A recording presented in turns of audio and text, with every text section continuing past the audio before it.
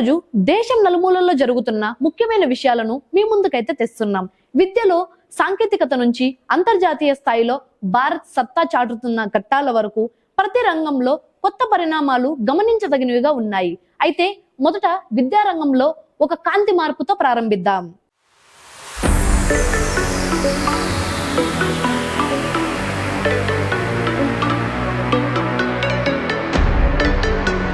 కడప జిల్లాలో PAAL labs. Kadapa జిల్లాలో ప్రభుత్వం పాఠశాల విద్యార్థుల అభ్యసన సామర్థ్యాన్ని పెంచేందుకు కొత్త పథకం అమలు చేస్తోంది. కేంద్ర రాష్ట్ర ప్రభుత్వాల భాగస్వామ్యంతో PAAL లేదా పర్సనలైజ్డ్ అడాప్టివ్ లెర్నింగ్ ల్యాబ్స్ ఏర్పడుతున్నాయి. మైదుకూరు, బి మఠం, ముద్దనూరు, చింతకొమ్మ దిన్నె మరియు మరికొన్ని మండలాల్లో మొత్తం 14 పాఠశాలల్లో ఈ ల్యాబ్స్ కోసం ఏర్పాట్లు పూర్తి చేశారు. ప్రతి పాఠశాలకు 30 టాబ్లెట్లు అందించబడతాయి.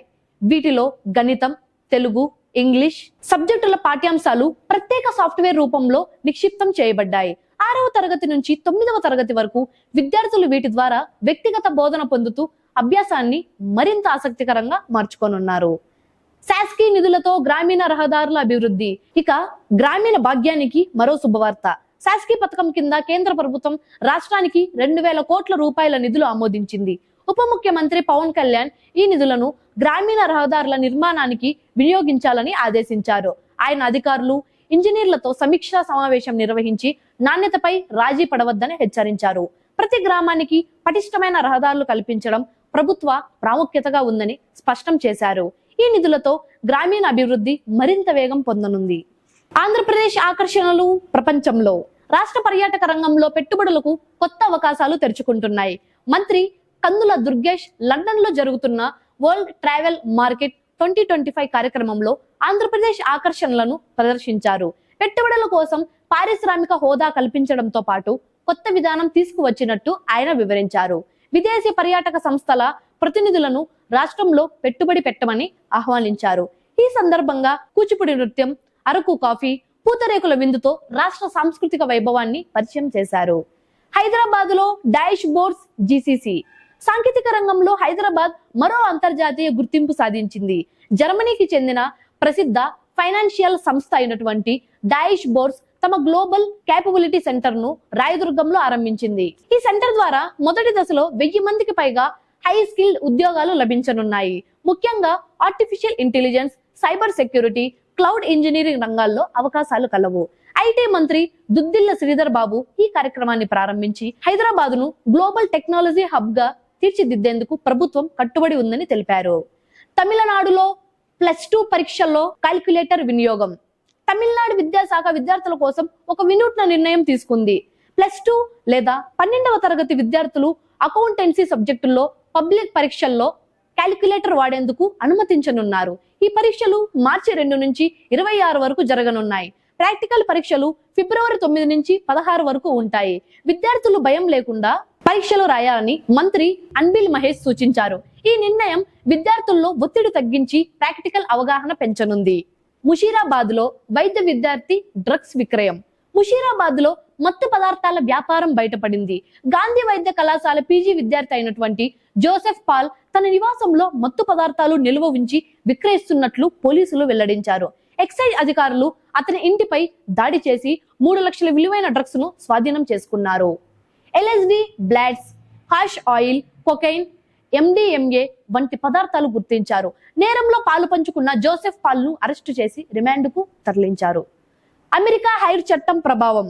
అమెరికా కాంగ్రెస్ లో ప్రవేశపెట్టిన హైర్ చట్టం భారత ఐటీ రంగంపై ఆందోళన కలిగిస్తోంది. విదేశీల అవుట్సోర్సింగ్ ఉద్యోగాలపై 25% పన్ను విధించి ప్రతిపాదనతో ఈ బిల్లు ముందుకు వచ్చింది.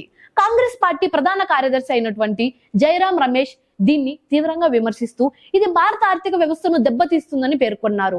ఐటీ సేవలు, BPO, కన్సల్టింగ్ రంగాలు దీని ప్రభావంలోని కీలక విభాగాలుగా భావిస్తున్నారు.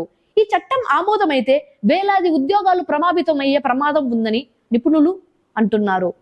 బీహార్ ఎన్నికల్లో NDA గెలుపే. బీహార్ ఎన్నికల్లో NDA భారీ విజయాన్ని సాధించబోతోందని ప్రధాని నరేంద్ర మోదీ ధీమా వ్యక్తం చేశారు. మహిళా ఓటర్లు పెద్ద ఎత్తున పాల్గొనడం ప్రోత్సాహకరమని చెప్పారు. మేరే బూత్ సబ్సే మబూత్ సంకల్పంతో పనిచేస్తున్న కార్యకర్తలను ఆయన ప్రశంసించారు. మహిళల సాధికారతకు NDA సర్కారు కట్టుబడి ఉందని స్పష్టం చేశారు. బీహార్ ప్రజలు ఉద్వేగంగా ఎదురుచూస్తున్న ఈ ఎన్నికల్లో ఎన్డీఏ విజయం ఖాయమని ప్రకటించారు. గజాలా హష్మీ చరిత్ర సృష్టి. అమెరికాలో భారత మూలాల ప్రతిభ మరోసారి చరిత్ర సృష్టించింది. వర్జీనియా రాష్ట్ర లెఫ్టినెంట్ గవర్నర్ గా గజాలా హష్మీ ఎన్నికై మొదటి ముస్లిం మహిళగా నిలిచారు. ఆమె హైదరాబాద్ మూలాలు కలిగిన వారు. బాల్యంలో మలక్పేటలో నివసించారు. చదువులు పూర్తి చేసి అమెరికాలో రాజకీయ రంగంలోకి అడుగుపెట్టిన గజాలా సత్తా చాటారు. భారత మూలాల ప్రతిభ అంతర్జాతీయ స్థాయిలో మరోసారి గుర్తింపు పొందింది. భారత్ ఇజ్రాయెల్ ద్వైపాక్షిక బంధం. భారత్ ఇజ్రాయెల్ ద్వైపాక్షిక సంబంధాలు మరింత బలపడుతున్నాయి. భారత పర్యటనలో ఉన్న ఇజ్రాయెల్ విదేశాంగ మంత్రి గిడియాన్ సార్ జైశంకర్ తో సమావేశమయ్యారు. ఉగ్రవాద వ్యతిరేక చర్యలు, వాణిజ్యం, మౌలిక సదుపాయాల కనెక్టివిటీ వంటి అంశాలపై చర్చలు జరిగాయి. అమెరికా మధ్యవర్తిత్వంలో కుదిరిన గాజా శాంతి ఒప్పందం తర్వాత పశ్చిమాసియా పరిస్థితులు మెరుగుపడతాయని భారత్ ఆశాభావం వ్యక్తం చేసింది. జైశంకర్ భారత్ ఇజ్రాయెల్ మధ్య విశ్వాసపూర్వక మైత్రిని పునరుద్ఘాటించారు. ఎస్బీఐ 100 లక్షల కోట్ల వ్యాపారానికి చేరువ. భారతీయ బ్యాంకింగ్ రంగంలో అత్యంత పెద్ద ఘనత ఎస్బీఐ సాధించింది.